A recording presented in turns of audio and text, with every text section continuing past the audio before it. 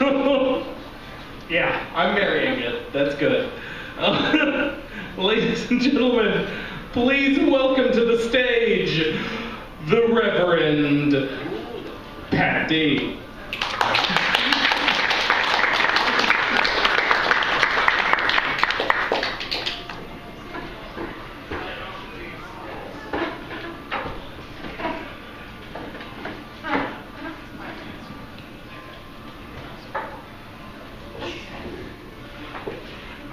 Get it up. I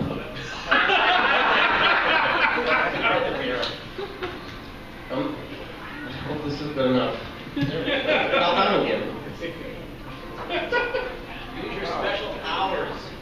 Yes, and you don't talk about that. All right. All right. I certainly wish that I could go into a time machine to undo the shit that I went through, and that should have never happened in the first place. And I'm afraid that this shit actually did happen. My father constantly bitched and complained about me having long fingernails because he felt that would cause me to look like a girl, as my father strongly believed that a person with a dick should not look like a person with a cunt.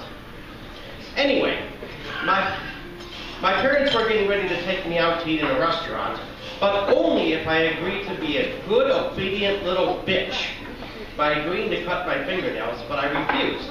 So they were going to punish me by going out without me. I then told my parents that I was going to vandalize the fuck out of the house while they were gone, because I was sick and tired of their fucking bullshit, as they thought that I was a weak-minded little bitch who would turn into a conformist and give in to their demands to control me.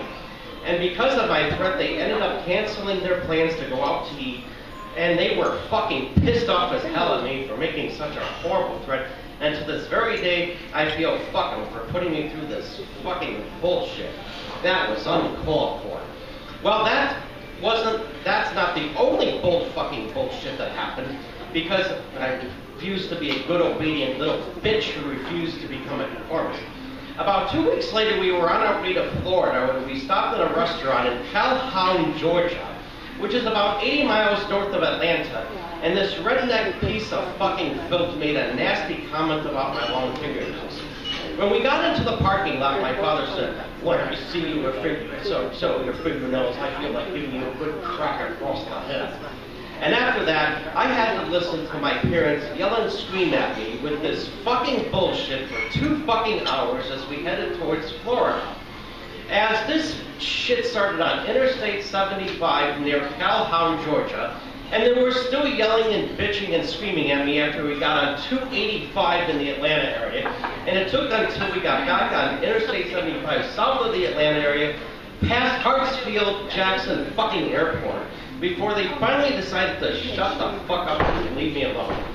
That experience was so fucking horrible that I decided to get into a time machine and travel back in time to undo this type of fucking shit. So let's travel back to the very same day that my parents would not let me go out to eat with them. This time, they did eat without me.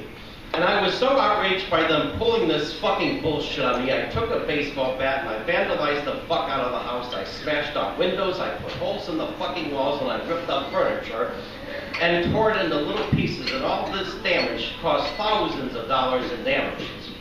Well, when my parents got home, they ended up calling the fucking police on me, and they had me sent to a psychiatrist, and the psychiatrist diagnosed me with schizophrenia. This whole situation is spiraling completely out of control into a total catastrophe. Let's travel back to 2017. Fuck this shit. Furthermore, I do not have schizophrenia. I have Asperger's syndrome, so that psychiatrist misdiagnosed me. That stupid, incompetent, retarded motherfucker.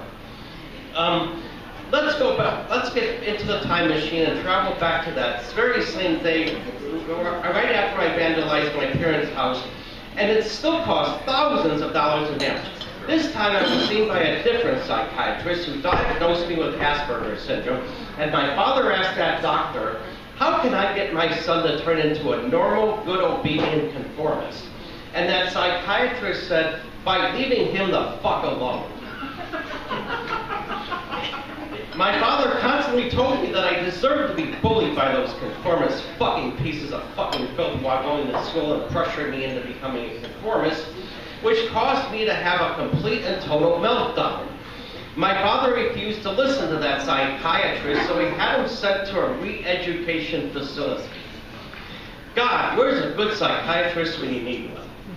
My father learned that people with Asperger's syndrome and people who are nonconformists deserve to be treated with respect. My father went by my school when he saw that degenerate fucking filth bullying me, so he jumped in to fight back, but I'm afraid that he got his ass kicked. So I decided to call Batman to the rescue. Batman was able to brutally beat the shit out of that conformist fucking filth. But there were so many of them that even Batman got his ass kicked. So I had to call him Chuck Norris. Chuck Norris showed up with an AK-47 and he took care of that fucking filth.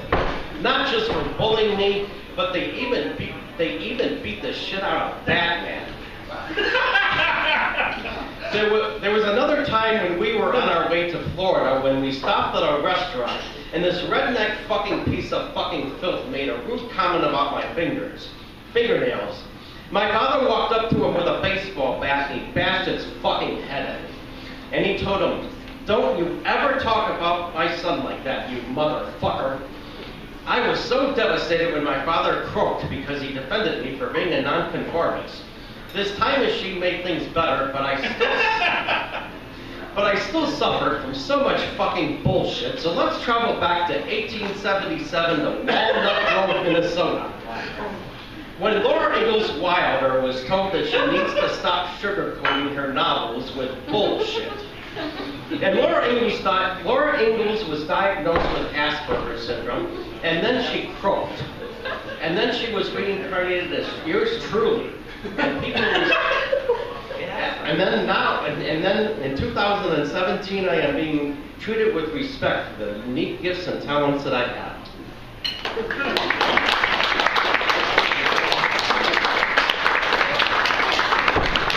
Keep it going for the Reverend Pat D,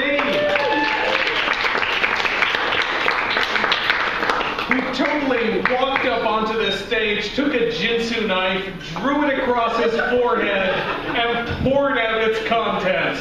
That deserves applause.